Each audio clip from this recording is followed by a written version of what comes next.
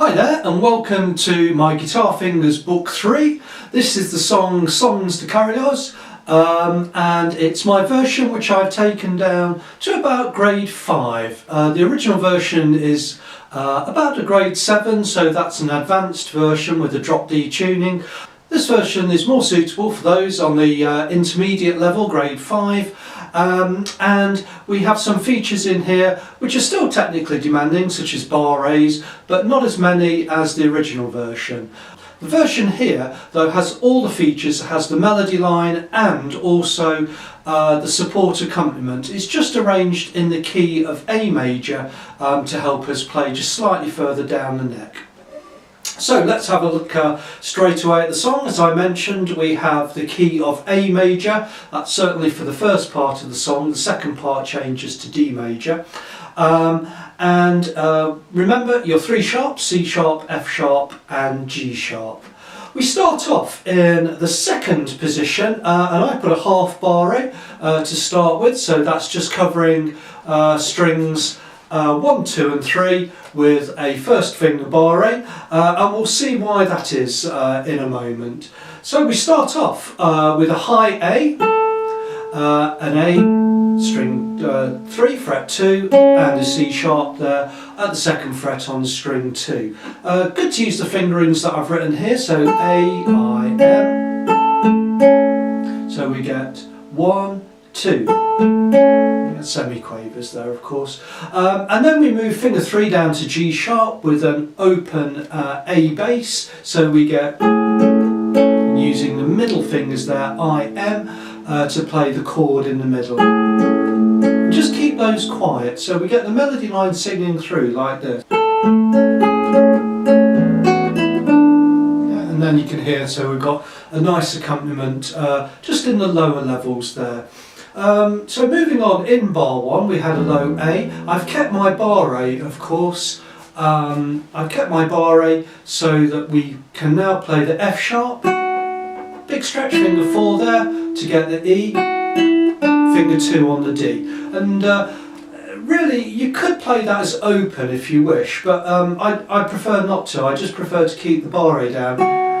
It just allows me just to keep my left hand nice and in one position all the time without having to move around for open strings. So when we come to that D, then I place my bar as a 5-string bar. I've kept my finger 2 down, as you can see there. So now you can see I've got a 5-string bar, fret 2, string 5 there for the B. We played with the F sharp and now we add a B on string 3, so we get the D and the B there, fret 4 for the B. I play a B again, of course, there with my thumb. Now, this is the tricky part. This is one of the tricky parts, so we'll play that chord again. I played a B. I'm now going to release those fingers and put a finger 4 on the F sharp, fret 4 there, of course, a string 4. Stretch finger 1 over to the G sharp, finger 2 for the A, and then my C sharp is finger 3. And now I play a G sharp with an open D. It's like an E7th chord really, isn't it, with the 6th on top, the C sharp.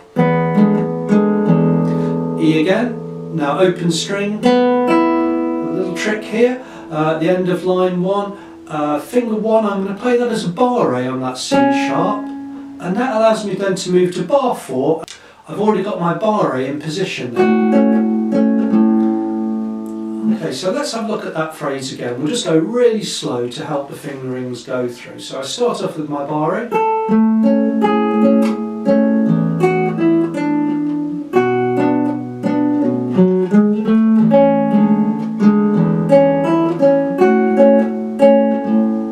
Okay, so that's really nice and smooth. As I said, the difficult bar 2, when you come to the B and then the F sharp, just release the other fingers and start to think about finger 1 having to go. We've got to lose the bass note there, of course, and then finger 2 on that A, so finger 1 to the G sharp.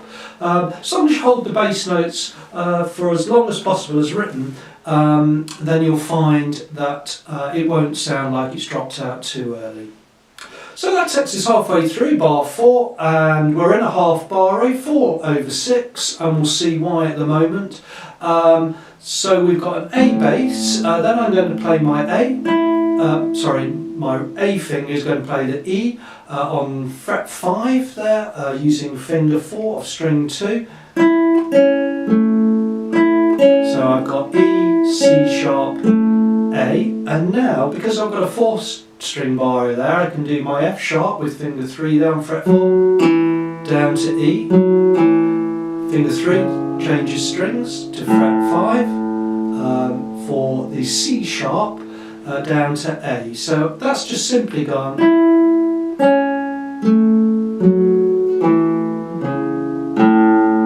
Nice and simple, and very effective. It's just an A major arpeggio, of course. And now we can actually still play the C sharps together. That's C sharp on string 5, fret 4, and C sharp on string 2. But then I can release the bar rate and take that down to 2 C's, C naturals, of course, 2 B's.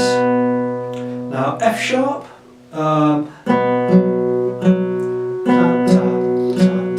Okay, so that's the rhythm of those notes there.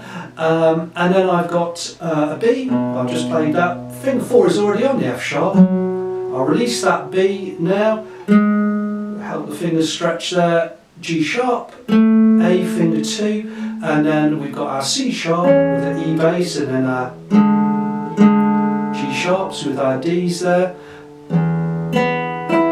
Again, I'm going to place my bar rate down, put my finger 1 down on the C sharp.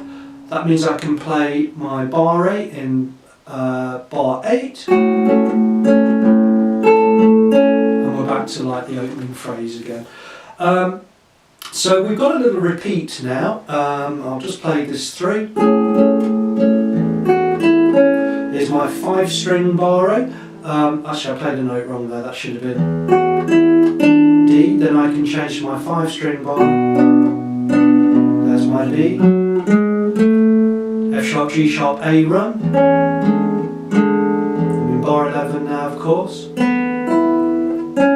There's my putting my finger 1 on the bar rate to help there. Now I'm going to change my hand position for bar 12. I'm going to play fingers 2 and 3 for the C sharp and A.